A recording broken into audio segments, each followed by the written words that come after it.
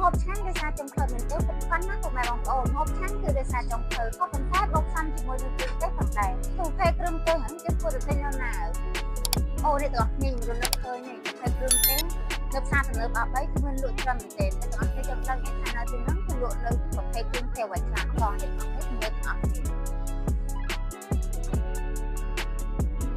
ពុកម៉ែបងប្អូនភេគ្រឿងទេសនៅទីនេះគឺមានច្រើនប្រភេទមែនទេចាមិនតាមតែប៉ុណ្ណឹងទេនៅខាងក្រៅក៏មានដូចគ្នាដែរប៉ុណ្ណឹង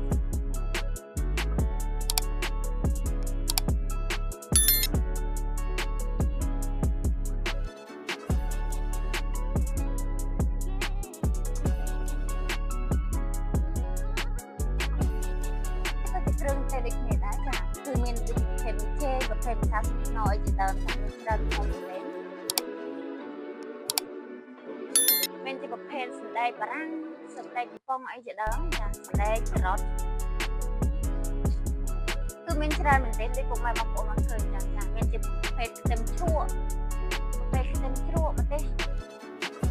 ផ្លោក5អីជាដើមមានច្រើនមែនទេមានតែអពុកម៉ែបងប្អូនក្នុងវីដេអូមិញគឺជាប្រភេទគ្រឿងទេសច្រើនមែនទេចាហើយបើសិនជាពុកម៉ែបងប្អូនត្រូវការពេញគឺអាចស្វែងរកនៅទីនេះបានសម្រាប់ព័ត៌មានអាចទាក់ទងតាមអរគុណជម្រាបលាបាយបាយ